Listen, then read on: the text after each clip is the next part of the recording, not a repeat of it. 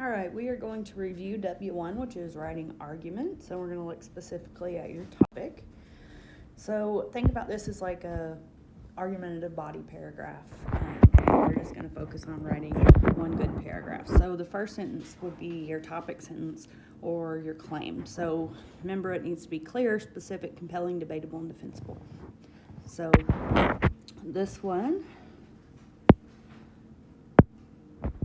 my who is schools, what do they need, or the what, they need programs to intervene, and the why is to help students facing addiction. So make sure you have those three parts in your claim. Next comes examples and explanations. So this is where you expand on your claim and get more specific.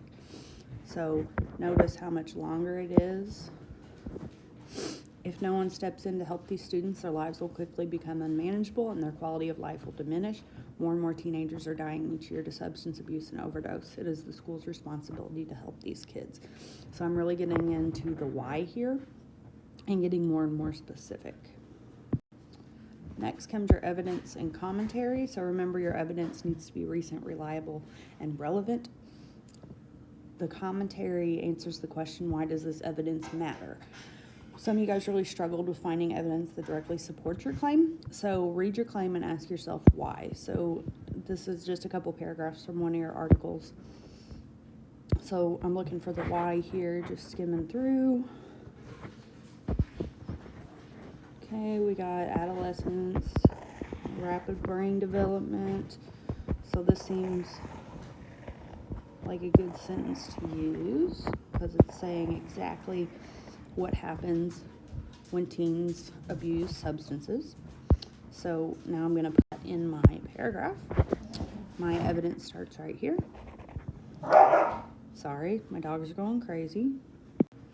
So the first part of my evidence, I introduce the quote, and then I have the comma, and notice quotation marks, and the capital. Vaping, drinking, or using substances can damage the brain's wiring, increasing the likelihood of learning difficulties and physical and mental health problems during the teen years and well into adulthood. Notice no punctuation here.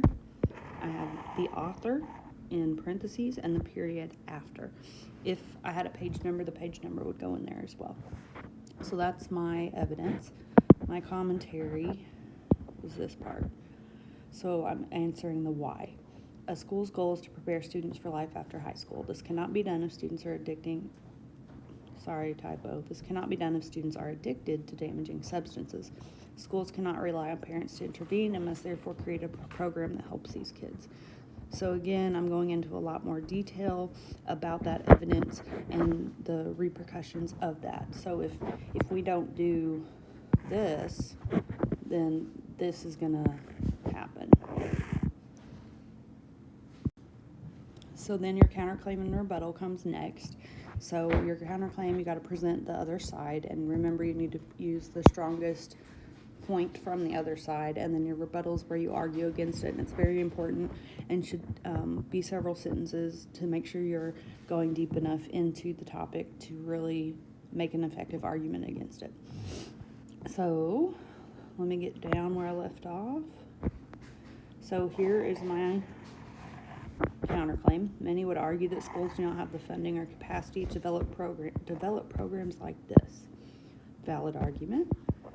Now here's my rebuttal. However, schools prioritize the students' well-being. Funding and added personnel will not be an issue. Students must hire professionals and health workers who are trained to work with addicted teens. If they have the money to buy textbooks, they have the money to save kids' lives.